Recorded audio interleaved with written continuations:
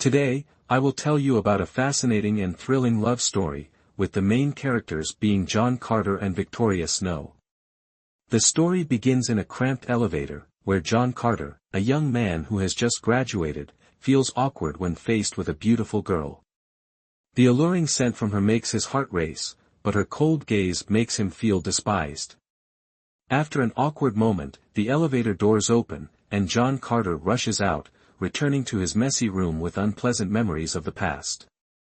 While lost in thought, an unexpected knock on the door startles him, and standing outside is none other than Victoria Snow, the beautiful girl he had just encountered.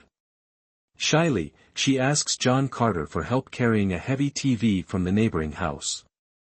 Realizing that they will be neighbors, John Carter feels excited and is eager to help. When he arrives at Victoria Snow's house, he is impressed by the luxurious space and senses a closeness between them. As John Carter struggles to lift the TV, he feels exhausted but still wants to prove himself in front of Victoria Snow. Her concern gives him strength, and from then on, the two begin to have interesting interactions. The story gradually develops as John Carter and Victoria Snow grow closer, overcoming life's challenges together and seeking happiness. Will their love be able to overcome difficulties to be together? In a tense situation, John Carter and Victoria Snow are trying to carry a TV into the house. Although John Carter wants to do it alone, Victoria Snow quickly lends a helping hand. However, an unintended touch between the two makes John Carter feel embarrassed, especially when Victoria Snow's hand accidentally rests on his. The sensation feels like an electric shock, leaving John Carter frozen, unsure of what to do. Noticing his stiffness, Victoria Snow worriedly asks if he is okay. John Carter tries to stay calm and continues carrying the TV, but her close presence leaves him flustered. As they get closer, John Carter cannot help but notice her gentle fragrance, making him even more uneasy. Eventually, the TV slips from John Carter's hands and falls to the ground. In a panic, he quickly picks it up and breathes a sigh of relief when he finds it undamaged. However, when he turns around, he sees Victoria Snow looking flustered, her cheeks flushed, causing his heart to race. At that moment, a man appears at the door, his cold gaze sweeping over the two of them. Seeing Victoria Snow seemingly close to John Carter, the man becomes jealous and confronts her. Victoria Snow explains that John Carter was only helping her carry the TV, but the man does not believe her and starts to get angry. After experiencing an awkward situation with Victoria Snow and Richard Knight, John Carter just wants to leave to avoid being misunderstood as a third party. He decides to go home and find a quiet spot by the river to reflect on his life. However, he feels frustrated as job hunting becomes increasingly difficult. While sitting by the river, John Carter suddenly notices a young girl struggling in the water. Although he does not know the reason, he understands that the girl does not want to die. Despite his poor swimming skills, his conscience and morality urge him to act. He decides to jump into the water to save her. Entering the water, John Carter is overwhelmed by the stench and cold, but he pushes forward, swimming toward the girl and holding her. However, during the rescue, he encounters difficulties and unexpectedly begins to sink. People on the shore panic, but no one dares to jump in to save him, knowing how dangerous the situation is. As John Carter nearly loses all his strength, he feels his body grow heavy and begins to sink. In the final moment, as he is about to close his eyes, a radiant light of 5 colors appears underwater, making him feel as though he is in another place. John Carter chose to jeopardize his life to rescue the girl, fully aware that it could result in his own demise. This courageous act not only demonstrated his noble character but also signified a pivotal moment in his life, as he encountered more formidable challenges ahead. John Carter, after leaping into the river to rescue someone, experienced an enchanting sensation akin to being enveloped in warm water. He felt his body shielded by the water, alleviating the tightness in his chest that had previously hindered his breathing. Although he struggled to comprehend the unfolding events, John Carter recognized that he was still alive, and a mysterious light guided him to safety. Upon surveying his surroundings, he noticed numerous police officers investigating the incident, yet curiously, no one acknowledged his presence. John Carter felt perplexed, unable to fathom why he remained unrecognized. He questioned whether he was dreaming, but the reality was that he had miraculously evaded death. As he heard the siren, John Carter gradually regained consciousness and observed that his clothes were dry, which heightened his suspicion regarding the recent occurrences. He felt fortunate to be alive, yet simultaneously sensed a profound sense of abandonment, as no one recalled his heroic act. A nearby police officer called for assistance, and John Carter felt a growing unease at their lack of urgency. After departing the scene, John Carter returned home, still troubled and uncertain whether his experiences were genuine or merely a figment of his imagination. However, once at home, he discovered his newfound ability to see through objects. While experimenting, he could observe the pot of soup he was cooking from a distance and even witnessed Victoria Snow, his crush, embroiled in an argument with Richard Knight. Upon witnessing the confrontation, John Carter realized that Richard Knight intended to assault Victoria Snow. A surge of anger and anxiety filled his heart, compelling him to take action to protect her. Upon hearing Richard Knight assert that he had never laid a hand on Victoria Snow, a surge of excitement coursed through John Carter's heart. However, this was swiftly overshadowed by anxiety as he detected noises emanating from Victoria Snow's apartment. John Carter found himself in a state of confusion, torn between the desire to intervene and the recognition that Richard Knight was Victoria Snow's boyfriend. While he yearned to protect her, he also understood that he had no right to intrude upon their relationship. Thus, he remained a silent observer, consumed by anxiety and impatience. As time elapsed, John Carter's unease intensified, ultimately compelling him to act. Approaching the door, he was startled by the sound of shattering porcelain and Richard Knight's shout, which sent a chill down his spine. Richard Knight declared, "Okay, you just wait, I want to see how long you can keep your virginity." This statement filled John Carter with panic, though he felt a measure of relief upon witnessing that Richard Knight had not taken any immediate action. When Richard Knight exited the apartment, John Carter exhaled in relief, reassured that Victoria Snow was safe. Yet, his fleeting joy was soon supplanted by doubts regarding Richard Knight's intentions. Sensing something amiss, he resolved to observe from a distance. Peering through the window, John Carter noted that Victoria Snow appeared fatigued and unwell. Although Richard Knight attempted to console her, John Carter's concern deepened as he watched Richard Knight bring her a glass of water. He silently prayed that Victoria Snow would not consume anything harmful. When she finally drank the water, John Carter felt as though his heart had stopped. The realization struck him that Richard Knight might have tainted her drink. A tumult of worry and anger surged within him, yet he remained powerless to intervene. As his clarity returned, John Carter witnessed Victoria Snow collapsing onto the bed, while Richard Knight displayed a lascivious grin. Unable to endure the scene any longer, John Carter resolved to take action to rescue Victoria Snow from Richard Knight. John Carter had a slight affection for Victoria Snow, although this feeling was not entirely love. However, when he witnessed Richard Knight using underhanded tactics to take advantage of Victoria Snow, an uncomfortable wave of emotions surged within him. In a moment of unexpected courage, John Carter shouted at Richard Knight, who was behaving inappropriately in the room, "What are you doing?" John Carter's loud voice startled Richard Knight, who was about to undo Victoria Snow's belt. When Richard Knight realized it was John Carter outside the window, the panic on his face quickly turned to anger. He pointed at John Carter and growled, "You again?" John Carter suddenly felt regret. Even though Richard Knight was Victoria Snow's boyfriend, their intimate actions were normal. He worried that intervening might cause trouble for himself, especially since he had no friends in this city. The thought of Richard Knight's menacing gaze made John Carter realize that he might do something crazy to him. Despite this, John Carter did not back down.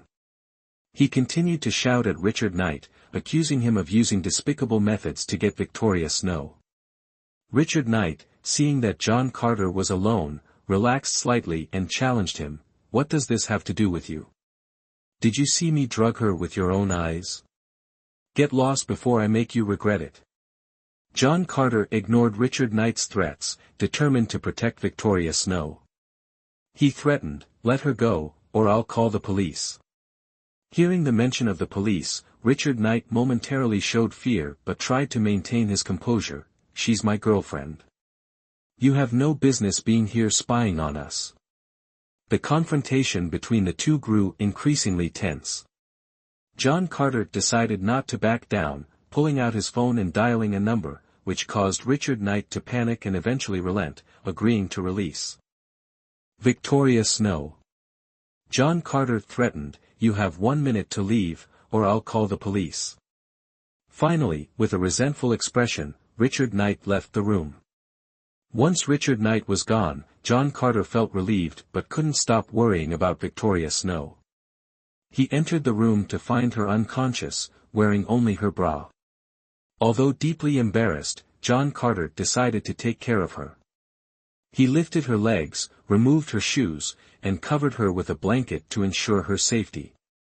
In his heart, John Carter promised himself not to do anything inappropriate, though he still felt tempted by Victoria Snow's beauty. After making sure she was okay, John Carter left the room, turned off the lights, and closed the door. However, that night, he couldn't sleep, haunted by thoughts of what had happened and the conflicting feelings between being a good person and resisting inappropriate desires. He wondered if his ability to see through walls was a gift from heaven and resolved to live with integrity so as not to lose this special power. The next morning, John Carter was awakened by a loud knock on the door. When he opened it, he was startled to see Victoria Snow, the girl he had saved the previous night, standing in front of him with an angry and panicked expression. Victoria Snow questioned John Carter about what had happened the night before, leaving him feeling flustered. Although he had saved her, his actions afterward worried him. She demanded to know why she had been placed on the bed and covered with a blanket, while John Carter tried to explain that he had only carried her to the bed to ensure her safety. When Victoria Snow began crying, John Carter felt guilty and unsure how to comfort her. She declared that Richard Knight was no longer worthy of being her boyfriend, showing her determination and strength in the face of betrayal. Their conversation was heavy with complex emotions, leaving John Carter feeling unsettled. Being close to Victoria Snow stirred his feelings, but he also worried about potential misunderstandings. In the following developments, John Carter faced great pressure as he had not found a suitable job after graduating from university. His life became stagnant and filled with anxiety for the future. Seeing John Carter's difficulties, Victoria Snow, a new friend, decided to help him. She suggested taking John Carter to the Golden Charm Jewelry Company, where she worked, as the sales department was short-staffed. Victoria Snow was not just a friend but also a great source of encouragement for John Carter. She was ready to introduce him to the sales department manager. When John Carter arrived for the interview, his confidence grew thanks to Victoria Snow's support.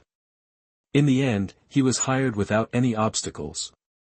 The sales department manager announced that the starting salary was 1,500 yuan, with the possibility of increasing to 2,000 after the probation period, along with attractive commissions.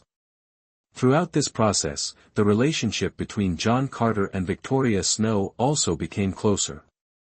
Victoria Snow, who was going through her own sadness, gradually broke free from her negative mood and began to laugh and talk with John Carter. Her support and empathy not only helped John Carter secure a new job but also created a positive atmosphere, making both feel closer. Under Victoria Snow's guidance, John Carter quickly completed the onboarding procedures at Golden Charm Company. However, just as Victoria Snow was about to take him to the reception desk of the HR department to receive his temporary certificate, she was called away by someone else in the company. Before leaving, Victoria Snow showed John Carter the address of the reception desk. Eagerly, John Carter found the HR department easily. From a distance, he saw the reception desk beautifully decorated, with two well-dressed beauties smiling. Their presence made John Carter feel that this trip was worthwhile, and he hurried toward the reception desk. As he entered the HR room, unexpectedly, a strong force from the side bumped into his chest. John Carter had no time to react, only feeling that the first sensation was soft, similar to hugging Victoria Snow the night before. He realized he had bumped into a girl, and in that moment of confusion, his hand stopped, unsure of what to do. The girl was also stunned, staring at John Carter speechlessly. When John Carter was about to speak, she suddenly came to her senses and shouted, "Pervert, let go of me." The shrill voice startled John Carter, and he quickly reacted, "I'm not a pervert, I've already let go." The incident happened so quickly that John Carter felt guilty. The girl in front of him, around 30 years old, still retained her youthful charm but was now angry. Although it wasn't his fault, John Carter still apologized, "I'm sorry, I didn't know you would suddenly appear here." When he clearly saw the girl's face, John Carter realized she was wearing a female suit similar to Victoria Snow's. In his heart, he thought, why is this happening in the HR room? But before he could think further, the girl hurriedly ran outside, leaving John Carter with many questions in his mind. This bizarre situation made John Carter feel confused. He wondered if he was so attractive that the girl couldn't bear to scold him. Thinking of this, he couldn't help but smile, feeling pleased with himself. Just as John Carter arrived at the HR reception desk to receive his temporary certificate, he encountered an embarrassing situation when he collided with Hannah Myers, the wife of the company's vice president. Although he felt awkward, he was determined to complete his task. After receiving the certificate, John Carter was reminded by a beauty at the reception desk about Hannah Myers' position, which made him suspicious. When he arrived at the business department, John Carter had the opportunity to familiarize himself with the job but couldn't showcase his talents. When he entered the elevator to the third floor, John Carter met Hannah Myers again. She smiled and offered to show him around the company environment. Hannah Myers said she would introduce the various departments in the company, and John Carter agreed. Hannah Myers led John Carter to a secluded place, in front of a door labeled "Changing Room." She appeared seductive and invited John Carter inside, surprising him. Although he hesitated a little, John Carter couldn't resist Hannah Myers' allure. John Carter devised a new sales strategy and requested his team to evaluate it. He suggested shifting the sales approach from visiting each customer's residence to concentrating on jewelry, with the aim of doubling sales. Despite some skepticism among the staff, a flicker of hope remained. Following the meeting, the team departed, yet no noticeable change in sales occurred. As time progressed, John Carter felt the weight of his inability to deliver the anticipated results, leading to the circulation of rumors within the company. Colleagues mocked and questioned his capabilities, believing he depended on others for his advancement. Amidst the stress, John Carter unexpectedly fell ill and awoke in the hospital, alongside Victoria Snow. She recounted how she had visited his home, discovered him unconscious, and subsequently transported him to the hospital. Victoria expressed concern and admonished him for neglecting his health. When she inquired about the ineffective sales strategy, John Carter remained silent, concentrating solely on his meal. She advised him that stress was a common experience and emphasized the need for greater resilience. This conversation allowed John Carter to express his frustrations, prompting him to formulate a plan to address the situation. The following morning, John Carter arrived at the office early, reviewed the sales strategy, and made necessary adjustments. When the employees arrived, they were taken aback to find him there so early. John Carter then decided to convene a meeting to discuss work efficiency and invited everyone to share their thoughts on his revised plan. During the meeting, John Carter encouraged team members to express their concerns regarding the sales plan. Chris Walker, one of the participants, believed the plan was inadequate and highlighted the challenges of marketing. Laura Green also voiced her frustration, stating that customers were not purchasing due to her lack of a smile. John Carter concluded that the members' attitudes were the primary reason for the sales shortfall, rather than the plan itself. He maintained that the plan had been validated and could effectively stimulate customers' purchasing intentions, but the team's service attitude was the main factor behind the poor performance. He urged everyone to enhance their efforts and announced a new reward system to boost motivation. Following the meeting, the members expressed their satisfaction with the revised plan and promptly departed, eager to improve their performance. John Carter felt a sense of fulfillment witnessing the team's enthusiasm, and their sales began to rise significantly.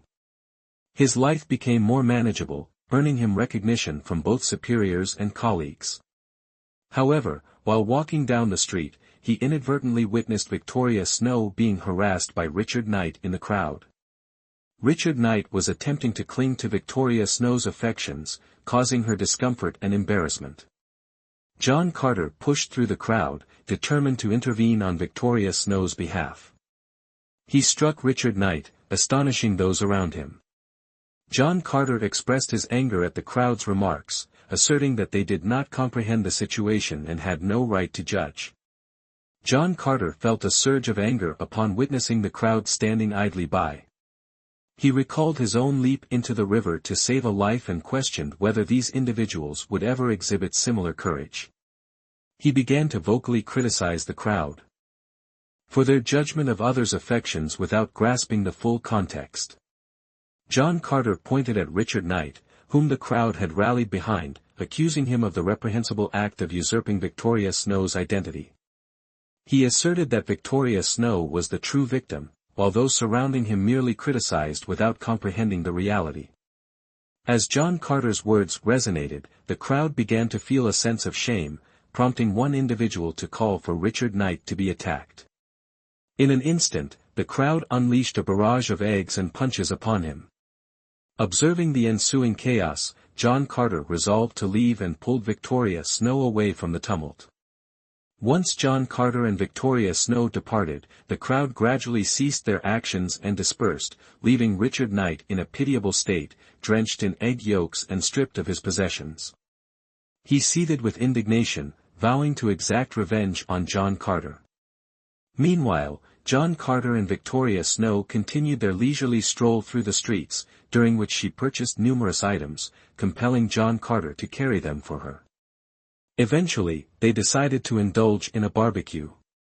Victoria Snow invited John Carter to dine, but upon attempting to pay, she discovered her wallet was empty, necessitating John Carter to cover the bill.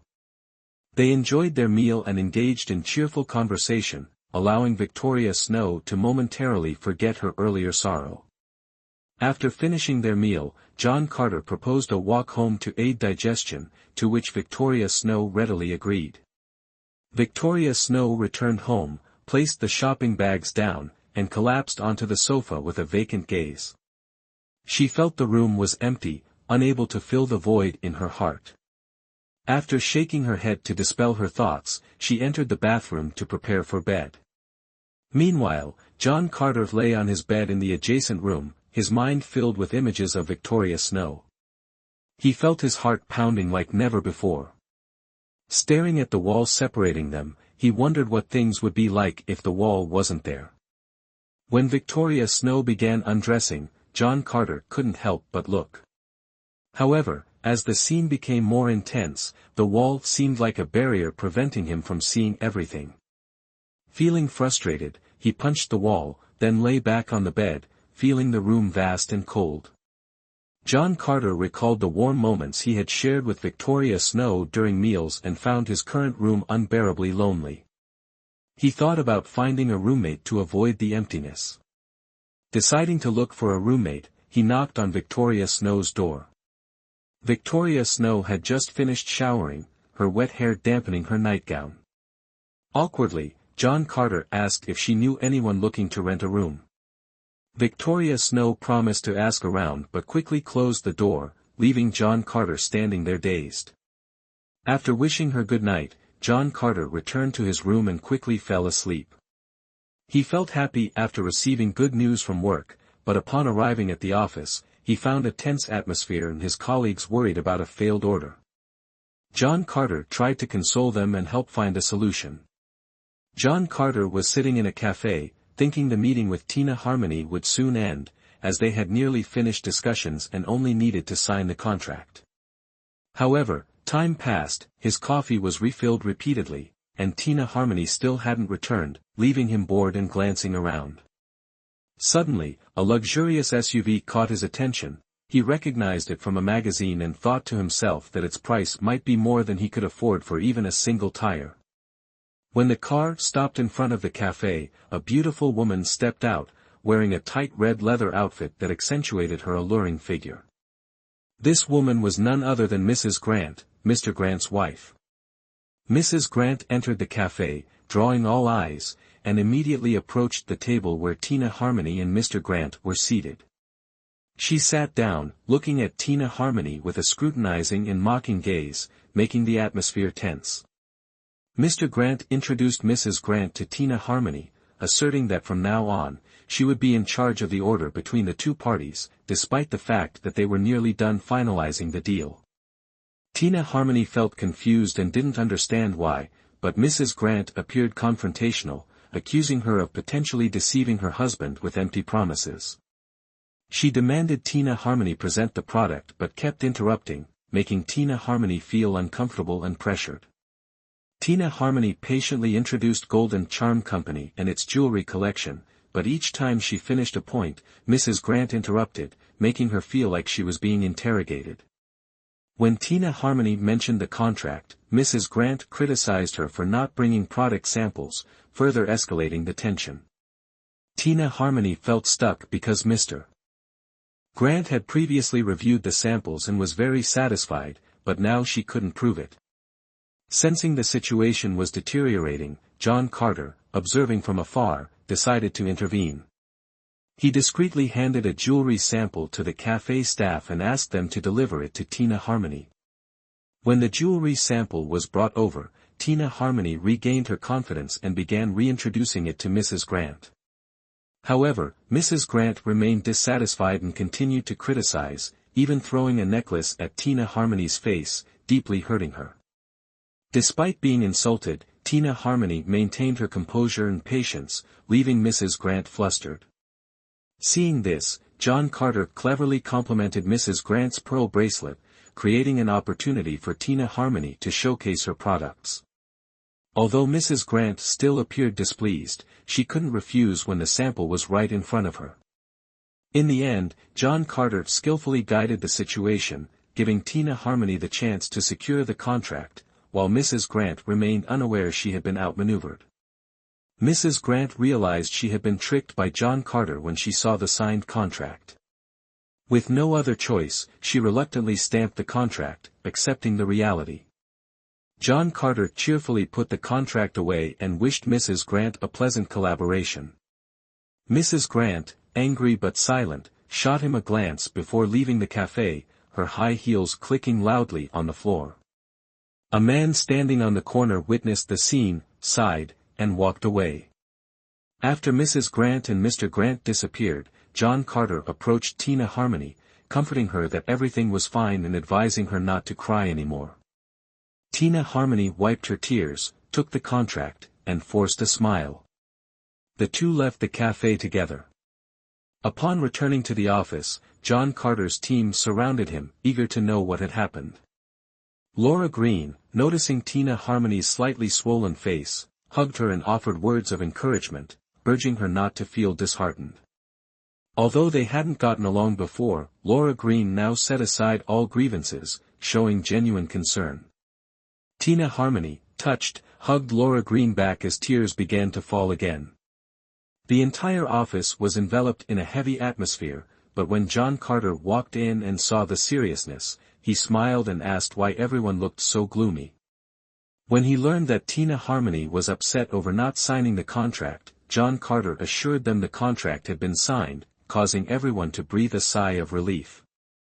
Tina Harmony confirmed this, but still didn't understand why everyone had been so worried. Laura Green teased Tina Harmony for once thinking she was a bad person, leading to a playful chase between them. The office atmosphere gradually became cheerful, but John Carter sensed something was wrong upon arriving at the company. Everyone seemed serious, and one employee expressed condolences to him, leaving John Carter feeling uneasy. Entering the office, John Carter saw Tina Harmony crying and everyone looking dejected. Tina Harmony apologized to John Carter, feeling she was the cause of the trouble. John Carter tried to console her, but she could only cry. Chris Walker, a colleague, explained the situation to John Carter. Mrs. Grant had come to the office to berate Tina Harmony and speak ill of John Carter, which the team couldn't tolerate, leading to a brawl. Subsequently, John Carter was summoned to meet with CEO Charlotte Lane, who was furious about the trouble he had caused. John Carter tried to explain his actions, but Charlotte Lane remained displeased, demanding he take responsibility for what had happened.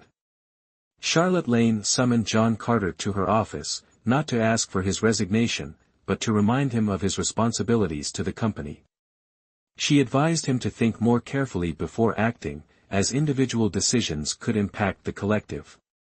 John Carter left the office, reflecting on Charlotte Lane's words and questioning the nature of the world around him. The incident with Tina Harmony had significantly affected the company, leaving John Carter feeling remorseful. He tried to find a way to resolve the issue but was unsuccessful. When everyone had left, John Carter stayed behind to work alone. Suddenly, a girl, Hannah Myers, covered his eyes from behind.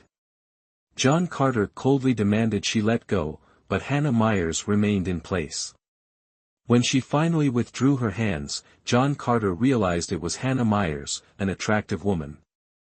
Hannah Myers tried to act coy and wanted to stay with John Carter, but he simply advised her to go home early. Dissatisfied with his rejection, Hannah Myers sought ways to grab his attention. John Carter continued working, ignoring her. Feeling bored, Hannah Myers began playing with a banana, attempting to draw John Carter's attention with provocative actions. John Carter remained indifferent and politely asked her to eat the banana. Then, Hannah Myers made a swallowing gesture and provocatively spat out the banana, but John Carter criticized her for being unhygienic. Disappointed, Hannah Myers fell silent for a moment before complaining about chest pains, then pulled John Carter's hand into her shirt, creating an awkward situation. Recalling warnings about Hannah Myers, John Carter quickly withdrew and refused to engage further. Ultimately, Hannah Myers couldn't keep up with John Carter and was left alone in the office, smirking smugly, thinking that one day she would make John Carter kneel before her. After resolving the issues with Mr. and Mrs. Grant, John Carter felt relieved, and the office atmosphere gradually returned to normal. However, another woman stormed into Golden Charm Company, furious about a fake jade bracelet she had purchased, demanding to see the CEO. Lucy Flower, a young woman with a striking appearance, arrived at Golden Charm Company without an appointment. She behaved rudely, such as picking her nose at the reception desk, yet still requested to see the general manager. The receptionist, though irritated by Lucy Flower's conduct, maintained her professionalism and explained that a meeting was not possible without an appointment. Lucy Flower then asserted that she had purchased a jade bracelet from the company, but after showing it to a friend, her friend claimed it was counterfeit. She demanded a satisfactory explanation. The receptionist inquired whether Lucy Flower was certain that the bracelet originated from their company, but Lucy Flower insisted that she had acquired it from one of their employees. When Tina Harmony, another staff member, entered, Lucy Flower immediately criticized her, alleging that it was Tina Harmony who had sold her the counterfeit bracelet. During the altercation, Tina Harmony's phone fell and shattered. Angered, she requested that Lucy Flower cease her accusations, but Lucy Flower refused to acknowledge her error. The dispute escalated, drawing the attention of numerous onlookers outside. Lucy Flower began to cry, accusing the company of defrauding its customers. When Lucy Flower's child appeared and revealed that he had broken the genuine bracelet, the situation became clear. Lucy Flower recognized that she had caused an unnecessary commotion and quickly exited the company with her child. This incident adversely impacted the reputation of Golden Charm Company, leading many customers to cancel their orders. John Carter, a senior employee, convened a meeting in the office to address the situation. During the meeting, John Carter announced that the objective was to address the recent incidents that had impacted the company, despite their resolution. He underscored the necessity of a strategy to rehabilitate the company's image and solicited input from all attendees. As John Carter concluded his remarks, a hush enveloped the meeting room, and all eyes turned to Tina Harmony, who had been directly involved in the incidents. Chris Walker, a team member, tentatively proposed that Tina Harmony should be questioned regarding the matter, but Laura Green defended her, asserting that she had not intentionally caused the incident. Chris Walker persisted in his criticism of Tina Harmony, contending that without her involvement, the team leader would not have faced reprimand, and the team's performance would not have suffered. John Carter retorted with frustration, stressing that the team needed to come together to address the issue rather than assign blame.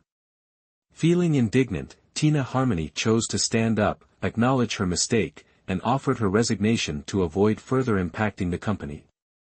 Although John Carter urged her to reconsider, she remained resolute in her decision, expressing gratitude to those who had supported her during her tenure.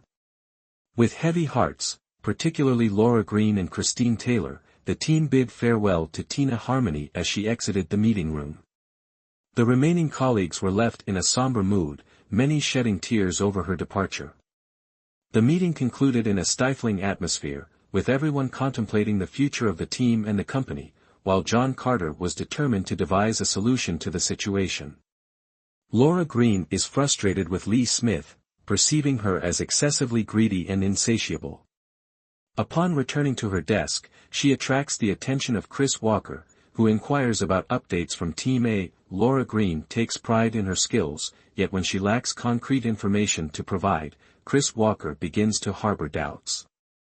Both individuals are discontented with the current circumstances, but Laura Green is reluctant to accept blame. Chris Walker experiences disappointment upon realizing that his efforts have been in vain. John Carter, the team leader, contemplates the discord within the team and the strained relations with Team A, where Tina Harmony is instigating issues and demanding to resign. John Carter is concerned about the morale of Team B, particularly as Team A appears to be gearing up for a regular meeting regarding the sales plan. Chris Walker enters John Carter's office to report on Team A's clandestine activities, prompting John Carter to question their intentions. After work, Charlotte Lane invites John Carter to dinner. Despite his initial inclination to decline, he ultimately agrees. They shop together and return to Charlotte Lane's residence, where she prepares a meal for him. During dinner, John Carter inquires about Team A's strategies, and Charlotte Lane divulges the information she possesses. The following morning, John Carter awakens at Charlotte Lane's home, enveloped in a familial atmosphere he has never encountered before. They commute to the office together, yet John Carter remains apprehensive about the impending regular meeting, where Team A exudes confidence. The meeting unfolds with Team A positioned at the center, while Team B appears disheartened. Charlotte Lane leads the meeting with poise and resolve, intensifying the pressure John Carter feels in the face of Team A's competition. The meeting began with Charlotte Lane leading, calling for everyone to applaud the A team and Representative Lee Smith, who would present the sales plan. Lee Smith confidently introduced that this was the result of the entire team's efforts and emphasized the importance of product packaging, arguing that attractive packaging could attract customers, especially women. Lee Smith continued to present the new product promotion method, proposing to collaborate with a software company to release a game related to the product. This game would insert advertisements between gameplay, and the winner would receive the product for free, creating appeal for players. After Lee Smith finished her presentation, she received a thunderous round of applause from everyone, while the B team appeared lethargic. Charlotte Lane expressed satisfaction with this creative plan, while John Carter felt anger thinking about the smugness of Lewis King, a member of the A team. Chris Walker, a member of the B team, expressed concern that the A team might succeed and make things difficult for the B team in the future. John Carter tried to motivate everyone, emphasizing that the A team could not succeed without the help of the B team. Charlotte Lane worried about the relationship between the two groups and felt pressure to maintain harmony. She then decided to go back to her office. Lewis King, seeing the disappointment of the B team, felt satisfied and determined to take advantage of this opportunity to solidify his position in the company. Meanwhile, Laura Green expressed frustration with John Carter for not presenting a rescue plan for the company, but Christine Taylor reminded her that John Carter was also under significant pressure. Eventually, John Carter received a message from Charlotte Lane asking him to come to her office, and although he didn't want to, he decided to go so as not to upset her. Upon arriving at the office, John Carter was stopped by Charlotte Lane's secretary, but he quickly entered, where Charlotte Lane was waiting to discuss his need to collaborate with the A-team to complete the sales plan.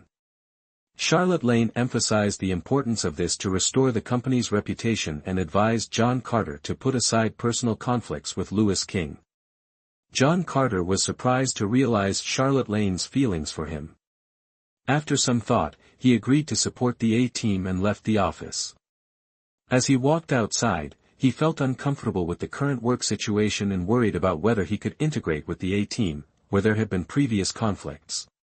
While strolling, John Carter encountered Tina Harmony, who was handing out flyers but no one was taking them. She no longer worked at the company and now had to do odd jobs to get by. John Carter expressed his concern and advised her to return to the company, where everyone needed her. Tina Harmony hesitated, feeling she had negatively impacted the company, so she was afraid to come back. However, John Carter convinced her that everyone still wanted her to return and that she hadn't officially resigned. He handed her her employee card, asserting that she was still a team member.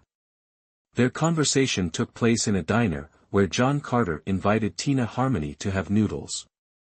She ultimately agreed to return to the company, feeling happy and emotional at the thought of her colleagues. John Carter encouraged her, emphasizing that returning would help everyone feel relieved. In the end, Tina Harmony decided to come back to the company, and John Carter suggested she go home to prepare before returning to work the next day. They shared a meal of noodles, and John Carter felt satisfied with Tina Harmony's decision, believing things would gradually improve. John Carter hoped to improve the tense atmosphere at work, but the A-team displayed arrogance and disdain towards the B-team. Quinn. Summers asked Laura Green to pour coffee in rose tea, forcing the shy Laura Green to comply. Laura Bright, the deputy team leader of the A-team, also joined in mocking the B-team, making the atmosphere even heavier. When John Carter entered, he noticed the contempt from the A-team and decided not to react. He asked about Laura Green and was informed by Tina Harmony, a new member, that she was pouring tea. Unable to tolerate the disdain, John Carter made sarcastic remarks to Quinn Summers and Laura Bright, making them feel embarrassed. Afterward, John Carter sought help from Victoria Snow to find a way to get along with the A-team. When he arrived at her office, he accidentally saw her in a sensitive situation, creating an awkward atmosphere. Victoria Snow advised him that getting along with the A-team was very difficult. They usually had two options: submit or keep their distance. John Carter was dissatisfied with the situation and decided he needed to take specific actions to improve the relationship between the two teams. He called a meeting, showing determination and requesting the A-team to cooperate. The meeting was tense, but John Carter succeeded in making the A-team rethink their attitude. Next, John Carter received a call from Hannah Myers, inviting him to dinner. Although a bit hesitant, he decided to go, realizing this could be a good opportunity to build relationships within the company. John Carter was having dinner with Hannah Myers, who showed interest and closeness to him. Hannah Myers emphasized that she had wanted to date him for a long time and wasn't shy about showing sweetness, but John Carter felt uncomfortable due to work pressure. Hannah Myers intentionally teased him and acted intimately, making John Carter uneasy. When Hannah Myers dropped her fork and crawled under the table to retrieve it, she began to act provocatively, causing John Carter to feel anxious. He tried to push her hand away and maintain distance. Hannah Myers was dissatisfied with his reaction but still tried to appear alluring. After the tense meal, John Carter quickly left, feeling as if he was escaping an awkward situation. He thought about Hannah Myers and remembered Victoria Snow, who had always supported him at work. He felt lucky to have her by his side. The next morning, John Carter didn't see Victoria Snow and noticed everyone was busy with work. He reviewed Laura Bright's plan and decided to use it for a promotional trial. Laura Bright, although appearing cold, wasn't a bad person. When John Carter tried to create a harmonious atmosphere, Laura Bright showed doubt and mistrust. After a long day of handing out flyers, Laura Bright felt disappointed. John Carter came to comfort her, but she rejected him. At the end of the day, John Carter received an unexpected visit from Victoria Snow, who invited him to dinner. They enjoyed a nice meal together, and John Carter shared his work troubles with her. Victoria Snow advised him to be patient with Laura Bright. Victoria Snow initially wanted to do something on her own, but John Carter proactively offered to help her, making her feel a bit shy.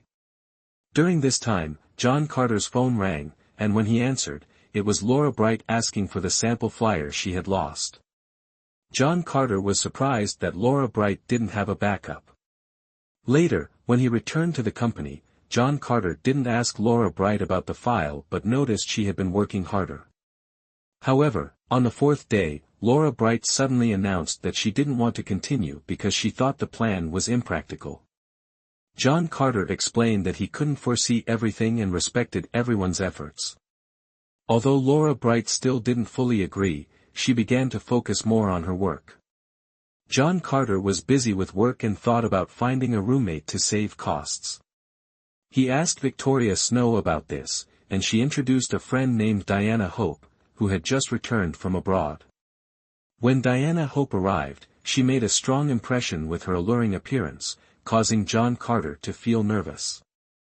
During the meal, Diana Hope accidentally asked about the relationship between John Carter and Victoria Snow, making both of them awkward. After Victoria Snow left, Diana Hope and John Carter stayed together. Diana Hope appeared comfortable and didn't hesitate to take off her jacket, making John Carter feel flustered. She drank beer naturally, causing John Carter to be unable to take his eyes off her beauty. This situation forced John Carter to hide his excitement. Next, Diana Hope took John Carter's hand and told him to sit down, creating an intimate atmosphere between the two. Diana Hope, with her playful nature, made John Carter feel awkward as she laughed and teased him. Although she said she wouldn't eat him alive, the feelings John Carter experienced were even more uncomfortable. He worried that if he treated Diana Hope like he did with Victoria Snow, he might see every aspect of her, which made him blush. When Diana Hope realized this, she wrapped her arms around John Carter's neck, almost causing him to lose control of his emotions. However, he thought about his friendship with Victoria Snow and didn't want to ruin that relationship, so he decided to take Diana Hope home. After dropping Diana Hope off, John Carter returned to find Victoria Snow still not home. He hesitated about whether to call her, but ultimately, exhausted, he fell asleep. When he woke up, he saw a missed call from Victoria Snow, but when he called back, she was on the subway and couldn't hear well. Victoria Snow texted John Carter asking him to clean up the study, and she also inquired about the previous night but didn't send it. When they met in the evening, they both silently cleaned up, avoiding mentioning the awkwardness. Victoria Snow gently invited John Carter and Diana Hope to dinner, but this made John Carter anxious that she might misunderstand the relationship between him and Diana Hope. He quickly explained that there was nothing between him and Diana Hope, simply that he had taken her home after drinking a bottle of wine. Victoria Snow seemed suspicious but didn't press further. The conversation continued as Victoria Snow announced that Diana Hope's parents didn't agree to let her live outside after returning to the country, so her move might be postponed. John Carter felt disappointed that he couldn't live with a beautiful roommate. After a while, Diana Hope came to the company looking for John Carter, and the two receptionists gossiped about their relationship. John Carter also understood that Diana Hope's parents had their reasons for not wanting her to live with men. In the end, when Diana Hope decided not to move in, she sent an apology through Victoria Snow, leaving John Carter with unfulfilled hopes and alone in the house that had been prepared for her. Victoria Snow also felt guilty for introducing Diana Hope, but John Carter reassured her that living alone wasn't so bad. As the anniversary event approached, John Carter faced many issues within the company, from preparing for the event to dealing with internal disputes, making him feel more pressured than ever. In an environment infused with the rich aroma of coffee and the soothing strains of piano music, Laura Green appeared to regain her composure after the recent shock. She was not merely an acquaintance of Quinn Summers, rather, she was an admirer of the whimsical antics Quinn frequently displayed. Quinn Summers, a girl as cunning as a sly cat, consistently projected an air of friendliness, yet behind her back, oh my, the rumors originated from her lips. When Laura Green found herself accused of misplacing the documents, she was taken aback by Quinn Summers' swift denial, which placed the blame squarely on her. "I should have known," Laura lamented, berating herself as if she had just realized she had been deceived by a master illusionist. John Carter, resembling a discreet superhero, resolved to follow Quinn Summers to uncover the truth. He stealthily trailed her from a distance of 800 meters, akin to a 007 agent pursuing a fashion felon. He even ordered a glass of lemonade to replenish his energy, for he believed that tailing a shopaholic like Quinn was akin to running a marathon. When Quinn entered a store, John remained outside, sipping his juice and fantasizing about placing a sack over her head while asking, "Do you enjoy shopping like this? Does your family know?" However, when Quinn emerged from the store laden with bags, he had to avert his gaze like a transgressor, spilling juice onto the ground. Ultimately, John descended to Quinn Summers' residence and caught sight of her changing into her pajamas. "Oh my God, this is not a sight a normal man wishes to behold," he mused. As Quinn texted Louis King about her insecurities, John could only shake his head in disbelief. The following morning, John resolved to confront Quinn Summers at the office. He called her back under the pretense of inquiring about the theft, which was, in reality, an interrogation. Quinn Summers, resembling a poor performer, exhibited clear remorse while discussing the lost documents. In her attempt to defend herself, Laura inadvertently placed Quinn in a compromising position. Ultimately, Quinn was compelled to apologize to Laura in front of their colleagues and fled to the bathroom in tears. John thought to himself, she should have cried when she lost the documents, not now. Thus, while John fretted over the impending celebration, he was tasked with finding a new venue. With a throbbing headache and a multitude of concerns, he pondered, is someone toying with my destiny? John Carter was engrossed in preparations for the celebration when he received a call from Diana Hope. She had positive news, yet the timing was inconvenient.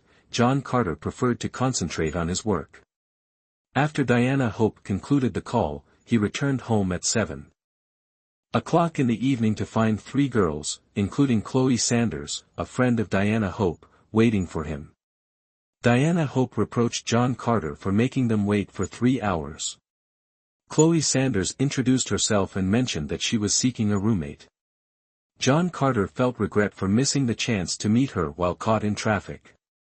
Following their conversation, John Carter recognized the substantial workload ahead, prompting him to send Chloe Sanders on her way and return to the office. Upon arriving at the company, John Carter found the atmosphere unusually quiet and felt disoriented. He reflected on his youthful aspirations but acknowledged that a mundane life also held its merits. After completing the design for the hall, John Carter decided to call Victoria Snow to bring him supplies and prepare for the morning meeting. When Victoria Snow arrived, she observed John Carter's fatigue and joked that he resembled a panda. John Carter offered a wry smile and reminded himself to regain his composure. The morning meeting was tense with the arrival of Charlotte Lane, the stern leader. John Carter presented his proposal for a new venue, but faced opposition from Laura Bright. She criticized his plan, asserting that the venue change was unreasonable and could pose challenges for the guests. Laura Bright contended that John Carter was solely focused on cost-saving, neglecting the customer's sentiments. The debate in the meeting room escalated as many attendees sided with Laura Bright. John Carter endeavored to remain composed and respond, but the situation was far from favorable.